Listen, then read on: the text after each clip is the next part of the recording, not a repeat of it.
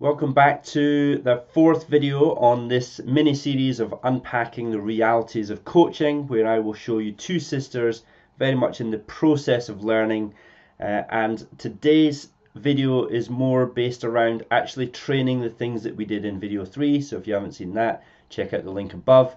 So you'll see here Anna on the near side, Rosie on the far side, and we are starting to work on that inside out positioning, getting beside the ball so that she can really unleash on the ball. And Anna is going to work on almost like a counter punch type backhand.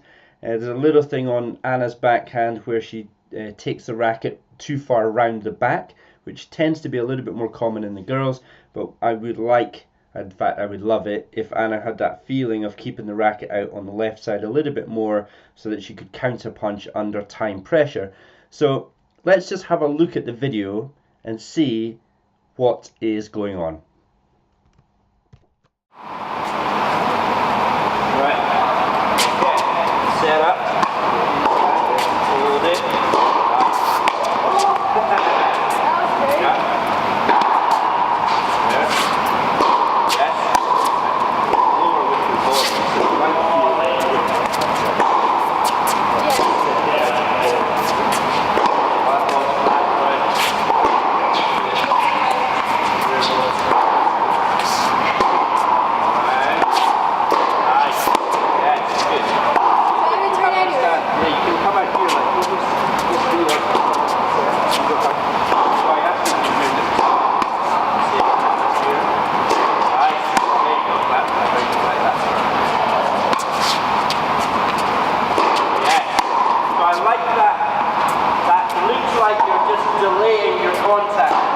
It's like slow motion, and then you bring it. Yeah. See it? Okay. Just like speed, make you go more across your body. Nice. There you go. So you'll have seen a couple of things in that clip. The first one is I go in a couple of times to demonstrate this wider and lower base that Anna needs to have. The second thing that I do is I take away the movement from Anna.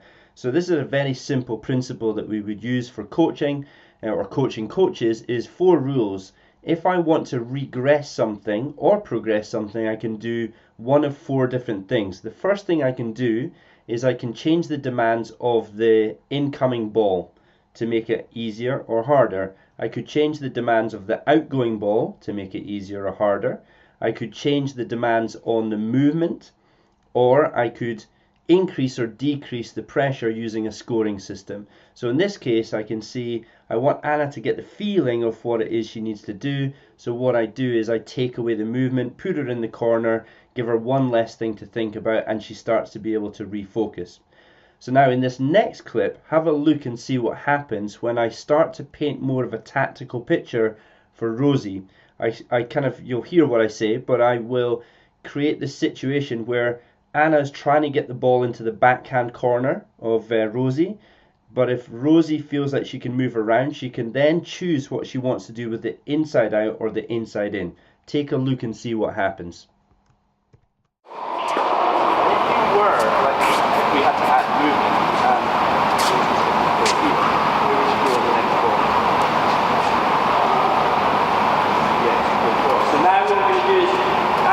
try and get the ball across. If your strike is so good that she struggles with that, you go again. Like you use that ball, you just go again. Yeah? And then it's up to you if you want to go that side or back to this side. Yeah. First one here.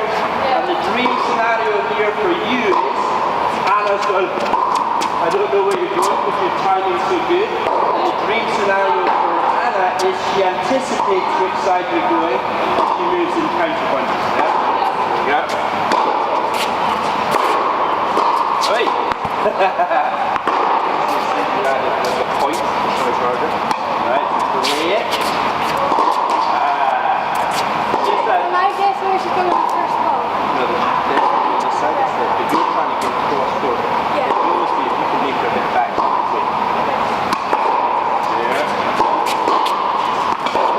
This is good because as soon as I've made it,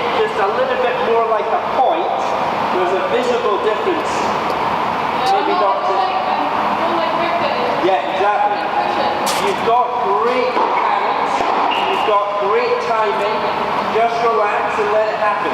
Yeah? As soon as you start looking like you're trying, it just looks different. Yeah? So you'll see, as soon as I start to add what felt a little bit more like a point, there was a visible difference. You maybe can't see it on the camera, but it was more obvious to be there. But Rosie, thankfully, actually admitted it herself that she was essentially trying too hard because it was a point. Now that's very common. When your players are under pressure, they will normally react by trying too hard or playing too safe. In Rosie's case, she tries a little bit too hard, and this is feedback that I've had from matches as well. So I want her to be calm, I want her to be collected, and of course how I do that is I praise her on what she can already do. She's got great mechanics or technique, she has great timing, just relax and trust herself. So it's really, really important that I decrease anxiety. So you even hear me laughing when she misses. I'm not laughing at her, I'm just laughing at the fact that, you know, she's trying too hard, she needs to chill out a little bit.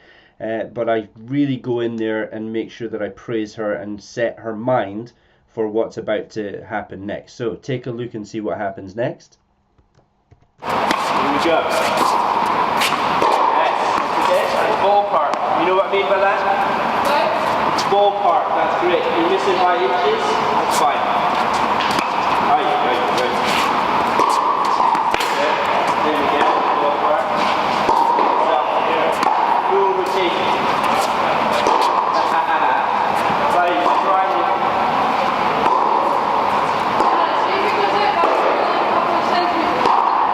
Say that again? I'll try and get it out.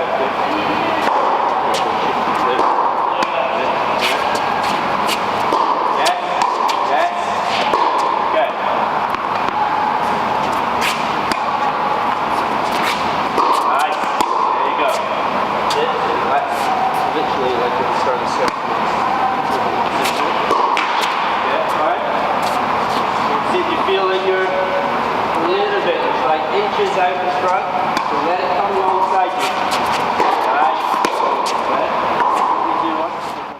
So this was really interesting because what happened was that Rosie's still trying a little bit too hard, and you probably won't have heard what she said, but what she missed the next couple in what I call a ballpark miss.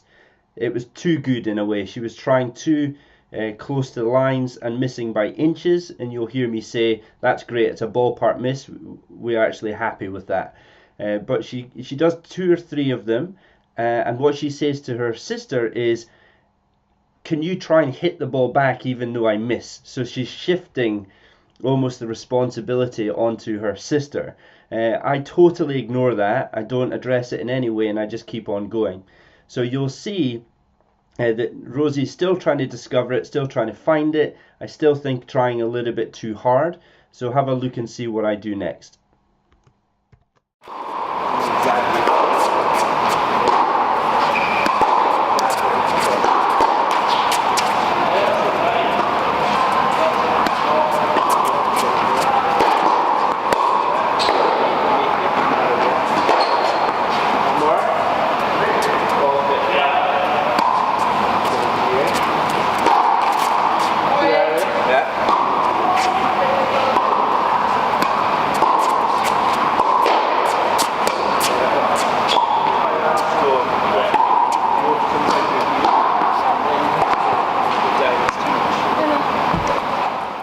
What I do next is I decide to take away the distraction, i.e. Anna, and I actually then put my focus onto Anna just to give Rosie a little bit of breathing space to try things out for herself down the other end of the court.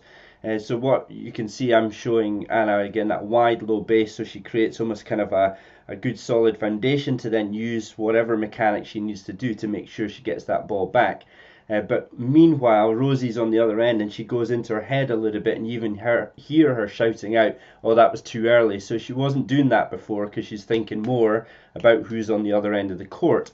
So it can be a very simple principle, if you like. If your player is focused on the outcome, take it away, or she's focused on something external, take it away so that they can go into themselves and actually start to be a little bit more self-aware about what is actually going on. So, final video or final clip, have a look and see where we end up.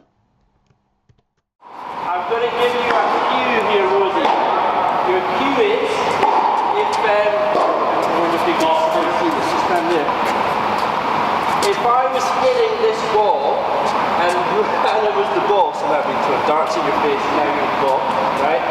You are here, and you're trying to hit it inside out. Yeah, so the cue I want you to think of is get beside the ball. Yeah, now when I hit it, boom, it's here and it goes inside out. It looks like you're reaching just inches, so that's all it takes. Alright, here we go. Get beside it, get beside it. That's okay, you did it too much, that's fine. Get beside it. Yes, next strike.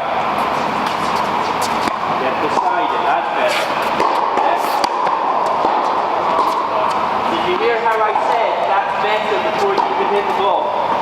Yeah, you were right diagonally beside it. Nice. There you go, then you got your forehand. Yes, very good. That's exactly what we want.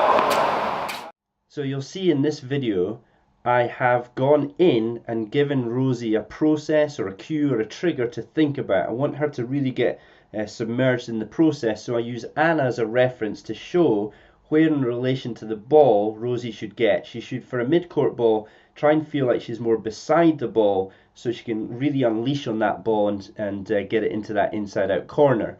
Quite often when people are over anxious, they tend to stop a little bit too soon and they reach slightly. And again, it's only inches difference in the hitting zone, but you can see that Rosie's hitting the tape quite a lot in a few of the shots before. So this really gets Rosie back into this process, and you can see that she actually starts to manage it. So this gives insight into what coaching is all about, in my opinion, is as the coaches, we need to sense what stage of learning the players are at, know when to apply heat, when to make things a little bit cooler, when to change one of those 4 rules about, in this case with Anna earlier on, we took away the movement. I didn't want to change the demands on the ball because Rosie has to hit it. I didn't want to put too much of a pressure on Anna in directing the ball to start with, but as soon as I know she gets the feel, I say, right, get into the backhand corner. So I'm just adapting all the time based on the experiences I've had as a coach. So in the last video that I'll show you tomorrow, there's going to be a little bit more points play, and then there's going to be a little bonus footage of just a little extra game that I discovered in the footage that I'd forgotten, so I'm going to sandwich that on or put that right in at the end. So as with the other videos, if you're liking them, like, comment, share, subscribe, make sure you press the notification bell, and we'll try and grow this kind of online tennis community together. Okay, thanks for watching, bye bye.